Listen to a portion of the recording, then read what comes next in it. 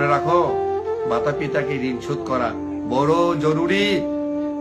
বুদ্ধ ধর্ম সংঘ অথবা অন্য যাকেও তুমি পূজা না করতে পারো, দান না দিতে পারো, পাপ হবে না। আমাকে দান না দিলে কি পাপ হবে? বুদ্ধকে আজকে তোমরা পূজা দাও না বলে কি পাপ হবে? হবে নাকি? হবে নাকি?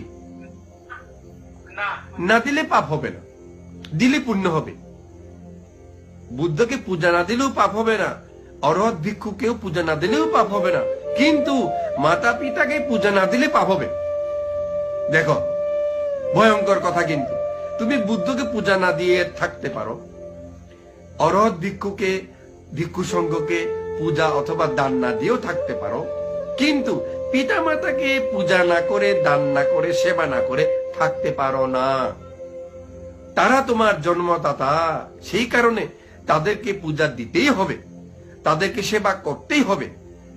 তাদেরকে যদি এভাবে সেবা না করো, মাতা পিতা বুড়া অবস্থায়, বার্ধক্যজনিত অবস্থায় তোমরা যদি ফেলে রাখো, তোমাদের অবশ্যই নরকে একবার ঘুরে আসতে হবে। আমার কথা নয়, ভগবান বুদ্ধ বলেছেন